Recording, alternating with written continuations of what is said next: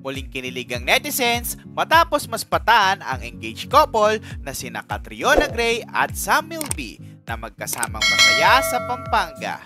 Sa kabila ng mga usap-usapan tungkol sa kanilang di umano'y hiwalayan, tila sinupalpal nila ang chismis sa mga kuhang larawan at video na nagpapakitang sweet na sweet pa rin ang dalawa. Isa sa mga nagtrending na post ay mula kay Pinky Tobiano kung saan makikita sina Catriona at Sam na tila walang problema sa kanilang relasyon. Kasama sila sa birthday celebration ng big boss ng Cornerstone Entertainment, si Erickson Raymundo, na siyang nagmamanage sa karir ng couple. Sa caption ni Pinky, mababasa ang mensahe, "The heat won't stop this sweet couple Cat and Sam. And we are all here to celebrate Erickson's birthday."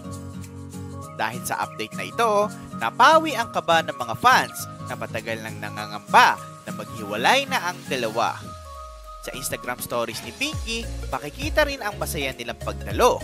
Parehong nakasuot ng floral OOTD na tila naglalarawan ng blooming na relasyon. Nagtrending ang post na ito at maraming fans ang nagkomento na sana'y tuloy-tuloy na ang kasiyahan at pagmamahalan ni Sam at Cat. Samantala, hindi ito ang unang pagkakataon na nasama sa intriga ang relasyon ng engaged couple. Matatandaan na noong Pebrero 28, 2024, inilabas ng Cornerstone Entertainment ang kanilang opisyal na pahayag ukol sa kumakalat na breakup rumors. Inamin nilang mayroong pagsubok na hinaharap ang relasyon ni Sam at Catriona, ngunit sinisikap umano ng dalawa na ayusin ito. Sa pahayag ng talent management, nananawagan din sila ng respeto sa privacy ng dalawa habang sinusubukan nilang i-resolve ang kanilang issues. Sam and Catriona are actively working on resolving their issues together, ayon sa pahayag. Ngunit sa kabila nito, tila nananatiling malapit sa isa't isa ang engaged couple, na dahilan kung bakit tumaasa pa rin ang kanilang fans na maayos ang kanilang gusot. Lumakas ang breakup rumors matapos ang YouTube vlog ni Ogie Diaz noong February 24, 2024. Ayon kay Ogie, may source umano siya nang nagsasabing matagal na raw na hindi nagkakasundo sina Catriona at Sam, at noong ika-30 kaarawan ni Catriona, wala na raw sila ni Sam.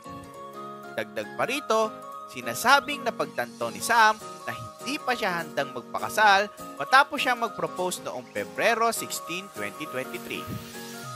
Bago pa ito, noong Pebrero 4, 2024, napansin ng mapanuring mga netizens na hindi suot ni Catriona ang kanyang engagement ring.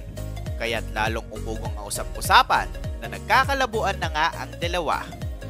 Gayunpaman, matapos ang ilang araw, tila binalikan ng engaged couple ang kanilang masasayang sandali at nagkaroon pa sila ng double date kasama sina Jan Prats at Isabel Oli noong Pebrero 8, 2024. Sa kabila ng lahat na ito, muling pinatunayang mali ang mga haka-haka tungkol sa kanilang relasyon nitong mga nakaraang buwan. Ang spotted moments ng dalawa nitong September ay patunay na magkasama pa rin sila at masaya pa rin sa isa't isa.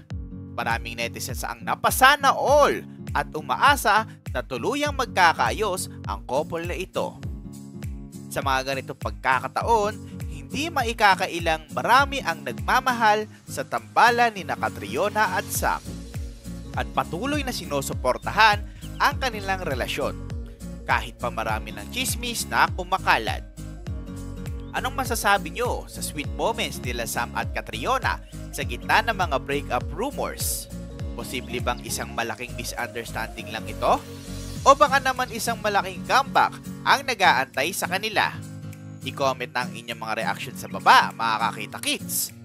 Tsak na marami pa tayong dapat abangan sa susunod na kabanata ng kanilang love story. Kaya huwag kalimutang mag-subscribe, i-like, at i-share ang video na ito para lagi kayong updated sa mga pinakabagong balita sa ating Showbiz channel. So paano? Hanggang dito na lang muna. Kita-kits ulit sa next video dito sa Kita Kits Showbiz.